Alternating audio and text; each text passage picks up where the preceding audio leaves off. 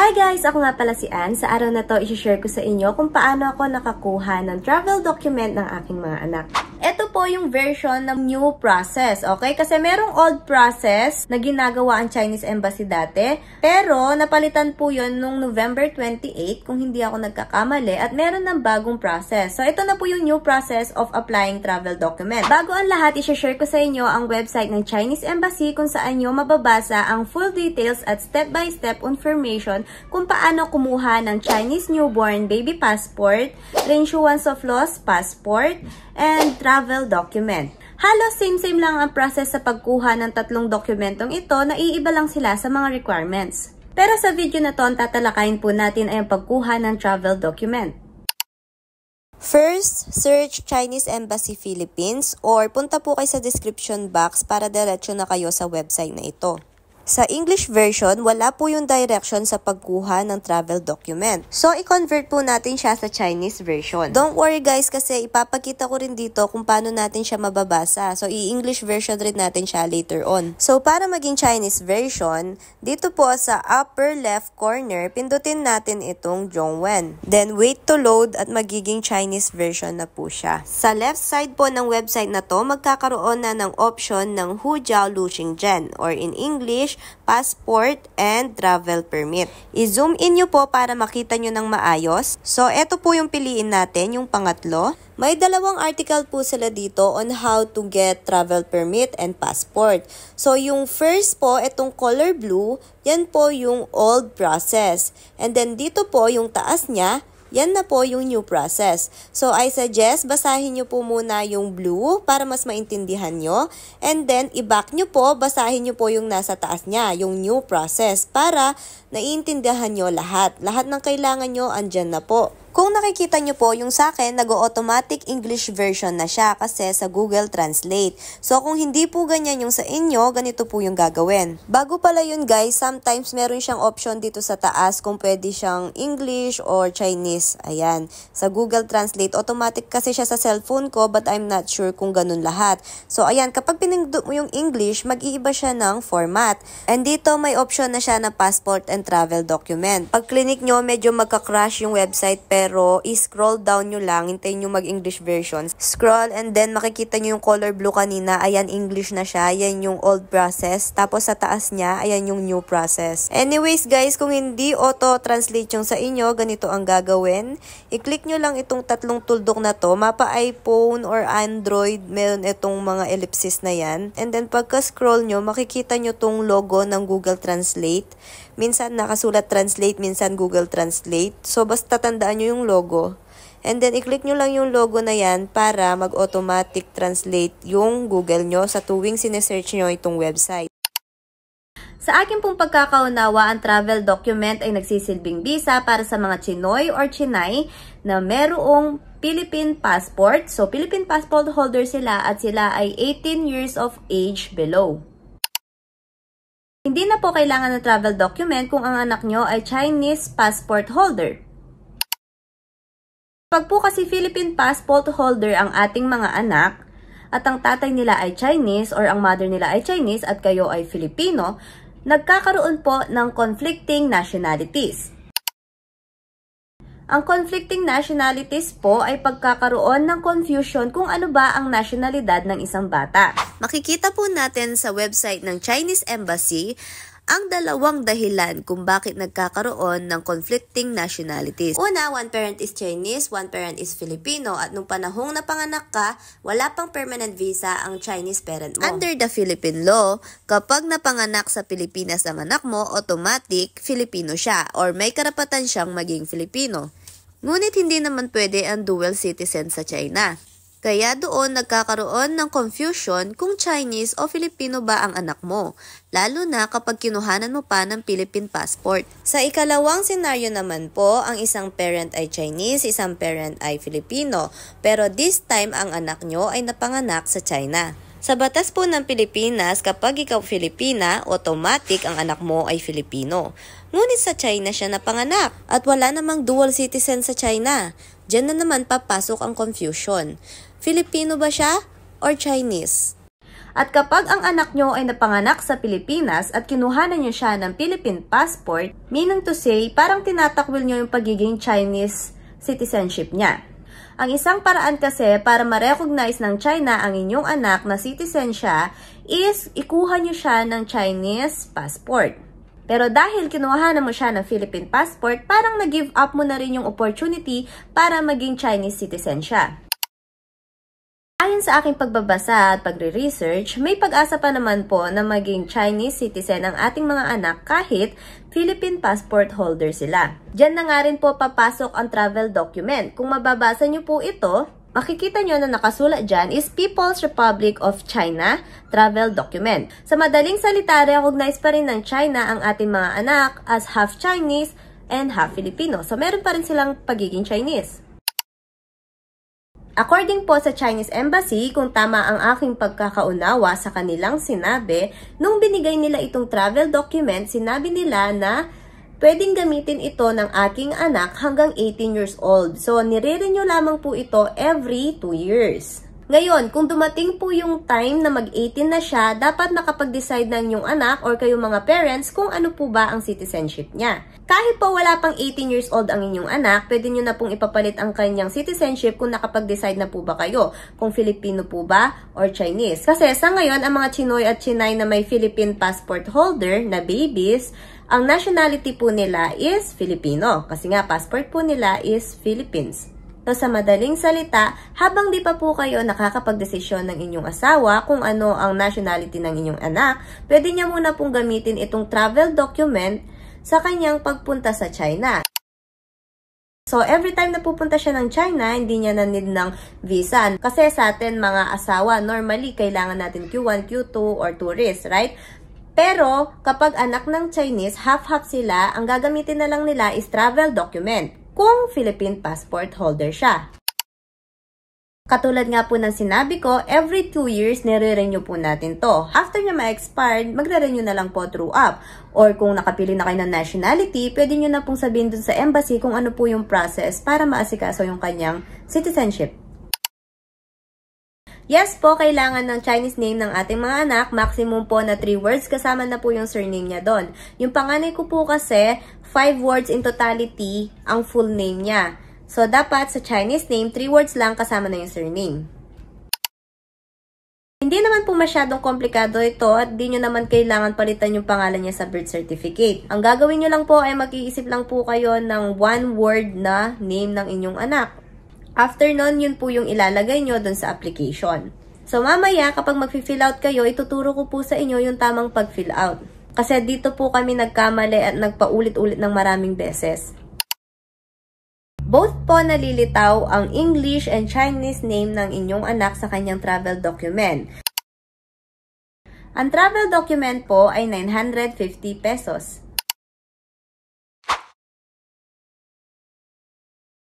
Bukod po sa basic requirements, meron pa tayong tinatawag na supplementary materials or additional requirements. So, tatalakayin ko po yan mamaya dito sa video. Sa pag-apply po ng travel document ng ating mga anak, itong app lang na po ito ang kailangan natin. So, ang pangalan nito is Zhongguo Ningxi. Pwede nyo po siyang i-download sa App Store or sa inyong Play Store. And pwede nyo na rin po siyang scan, ayan, kung gusto nyo. And sa website, available din po yung QR code niya at padali nyo lang po siyang madadownload.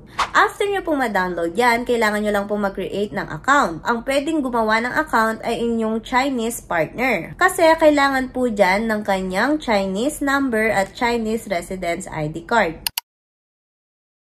Pagka-download, i-open na po natin ng app at i-wait lang po natin siyang mag-loading. Pag napunta na tayo sa page na to, pindutin lang itong icon na ito. Tapos po, dito tayo sa login. Pero dahil wala pa tayong account, kailangan muna nating mag-register. Pwede tayong mag-register via phone number or email. So kami, email na lang ang ginamit namin dahil walang phone number si husband. Pero take note, kailangan pa rin ang phone number sa app na to kasi kakailanganin kapag application. So pwede kayong manghiram sa mga relatives nyo or friends nyo kung walang Chinese number ang inyong partner. So, ilagay nyo lang ang inyong Google email or Yahoo email, tapos mag-select kayo ng inyong password, i-confirm nyo ang inyong password, and then i-send code nyo na para ma-verify ang inyong Gmail. I-check yung agreement and then yung register now. After creating your account po, ito na ang gagawin. Sa part na to, kailangan po tulungan kayo ni husband kasi ang app na to ay walang English version. So, puro Chinese character. So, i-guide nyo na lang po si Mr. kapag may tanong siya about sa mga address nyo or sa mga ibang bagay na hindi niya alam. Ngayong may account na, pwede na tayong magsimulang mag-apply. Pindutin ang icon na ito. Then, mapuprompt sa atin ang process kung paano mag-apply. So, first, mag-fill out lang ng basic information. Ikalawa, dyan yung identity verification kung saan i-scan ang yung face or yung face ng anak nyo. Pero pwede namang i-skip ang part na yan, lalo na kapag malikot si baby. Next is, mag-choose na kayo ng payment method. Pero isa lang naman ang pwede. Yun lang ay sa Chinese Embassy magbabayad. So, walang online payment. Fourth naman, i-review na ang inyong application. Sa ibaba, may mga reminders para sa mga magpapara-issue ng na-lost passport or travel document. Kapag na-process na ang inyong application at nakita nyo ang inyong passport na nawawala, hindi na pwedeng i-cancel ang inyong application. So, ang mangyayari po, invalid na ang inyong old passport or travel document. Di nyo na siya pwedeng gamitin. So, i-check nyo lang ang paalalang yan and click apply. Then, makikita nyo na kung saang embassy pwedeng gamitin ang app na to. So, i-click nyo lang yung next. Then, pumili na tayo kung saang embassy tayo mag-a-apply. So, click yung icon na yan. Hanapin yung Asia, tapos yung Philippines. Then, itong sa dulo, ang Chinese Embassy sa Manila. And then, dito sa type of document, i-check lang natin itong travel document. Tapos, itong no. Tapos, piliin natin yung second option, itong travel document, at pwede na tayong mag-fill out ng ating basic information. Sa pag-fill out ng inyong pangalan, guys, una is yung character, ikalawa is yung pinyin. So, dito, ituturo ko sa inyo yung sample kung ang anak nyo ay merong English name. So, kung Chinese name siya, no problem, kasi pwede nyo namang i-convert yon into pinyin. Pero kung English name, so walang translation yon. Wag literal translation ang ilalagay nyo kasi mamamali kayo. Halimbawa, pangalan ng anak nyo is Cassandra May Zhang. So, isusulat nyo sa first is Zhang na character. Dito sa second is yung Zhang na pinyin. And then dito sa third is yung Chinese name niya na naisip nyo. Okay? So, skip muna natin yan. Dito muna tayo sa fourth. Dito sa fourth, dito nyo ilalagay yung Cassandra May. Tapos, balik tayo dito sa third. Halimbawa, ang naisip yung pangalan is Lee, ganon. Iba-iba naman yan. So, tanungin nyo na lang yung opinion ng partner nyo. So, for this example, yun yung gagamitin natin. So, i-type nyo lang yung Lee and then, ayan. Meron ng Chinese name ang iyong anak. So, guys, fill out the rest. Basically, ito yung mga fill out nyo. Ayan yung mga details. Okay? So, skip na tayo dyan and punta na tayo sa submission of material. So guys, dito na natin i-upload ang mga requirements. Number 1, scan copy ng inyong travel document. So para ito sa mga reissuance or renewal. Okay? So skip natin yan. Sa number 2, i-upload natin yung passport nila, yung information page kung saan nandun yung kanilang picture. Pwede po ang scan copy at picture. Sa number 3 naman po, ang passport information page ng one parent. Pero kami, para sure, dalawa na ang nilagay namin. Isa kay husband na passport niya at isa sa akin. Number 4 naman po is scan copy ng visa ng ating Chinese na partner. Number 5 po is yung supplementary materials or additional requirements na ire-request pa lamang ng Chinese Embassy. So, ito po yung mga additional. Later on na po to. So, skip nyo yan and punta tayo sa number 6.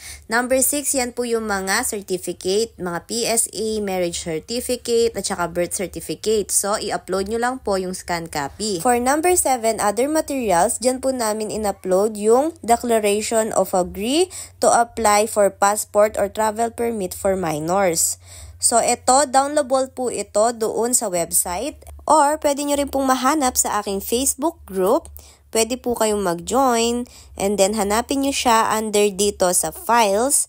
And makikita nyo dyan yung mga ibang downloadable na requirements na maaari nyong magamit sa pag-process ng iba pang mga dokumento. Bukod pa dyan, pwede nyo ring i-upload ang photo, soft copy ng inyong anak sa number 7. After that, pwede nyo na pong isubmit at maghintay ng kanilang initial review. After submitting, ito po yung magpo-prompt sa inyo. And kapag nag-request na sila ng additional requirements, ganito po ang makikita nyo dyan. Hindi ko sigurado kung mag-iiba-iba po ang supplementary or additional requirements na i-require nila since ito po ay old process, okay? Ngayon kasi sa new process, hindi ko alam kung ano pa po ang i-require nila sa inyo. But to give you some insight, ito po ang pinakuha nila sa amin. English version, parental consent. Chinese version, parental consent. Picture ng dyaryo at picture namin sa may kotse. Kung gusto nyo pong makita yung parental consent na English and Chinese version na pinas namin sa app, pwede po kayong mag-join ulit dun sa aking Facebook at makikita nyo po doon sa files. Dapat po naka-zoom in ang pag-picture nyo doon sa dyaryo para makita yung date. At doon naman po sa picture nyo na family sa may sasakyan, dapat po kita yung dyaryo na hawak nyo and kita yung plate number. Pag nasubmit nyo na yan, ito ulit ang makikita nyo. It's either 4 working days, 3 working days, pero maximum na yung pinapakita nila sa inyo guys. Pag nakasulat dyan 4 days, minsan 1 day, 2 days lang andyan na. Pag nakasulat 1 day, maya-maya andyan na, ganun. So guys, lagi lang natin siyang i-check para alam natin yung mga updates. Kapag tama ang pinas mong additional requirements, magme-message sila na pwede ka nang gumawa ng personal appearance or appointment para makapunta sa Chinese Embassy. So ayan na ang ipapakita nila sa'yo. Pindutin mo lang ito. And then, pili ka ng date kung kailan ka pupunta, pati ng time. And you're all set. Punta ka na lang sa araw ng iyong personal appearance. Then guys, makikita nyo na ito, ang appointment time nyo. Ipaprint nyo yan at huwag nyo kakalimutang dalhin dahil i-check yan at kailangan yan. Siguraduhin nyo pong dala nyo ang lahat ng mga requirements na in-upload nyo online or sa app na Chinese Consul. Isama nyo po ang inyong mga anak sa pagkuha ng travel document. So, parang merong interview na magaganap. Pero hindi naman talaga siya interviewin kasi nung yung anak ko, ang ginawa lang is, "Hello, what's your name?" Ganun lang. After po ng personal appearance, bibigyan na po kayo ng pink form. And then, pwede na po kayong umuwi. After nun, maghintay lamang po kayo ng mga ilang araw para mag-notify sila ulit na available na ang inyong travel document. Kapag nag-notify na po sila na nagsasabing ganito, pwede na po kayo magpunta sa Chinese Embassy. Ayan po yung kanilang schedule sa pagkuha ng mga travel document. Sa morning kasi, mga kumukuha lang ng visa yon at mga nag-a-apply ng visa. Pagkadating nyo po sa Chinese Embassy, kukuha po kayo ng number and magwi-wait lang po kayo na matawag kayo. After nyo matawag at ma-confirm na andun nga ang inyong travel document at na-release na nga, bibigyan po kayo ng isang paper. So, pagkabigay sa inyo ng isang paper, punta po kayo dun sa kabilang window, sa dulong window, and magbabayad na po kayo dun. So, ituturo naman sa inyo kung saan kayo magbabayad. After nyo po magbayad, pwede na po kayo bumalik sa window 1. Pag napakita nyo po yung resibo nyo, nakatunay na nakapagbayad ka na, ibibigay na po sa inyo ang inyong travel document. Ipapakita ko sa inyo yung process breakdown ng aming application para mas maunawaan nyo at magkaroon kayo ng insights kung ano yung mga pagdadaanan nyo.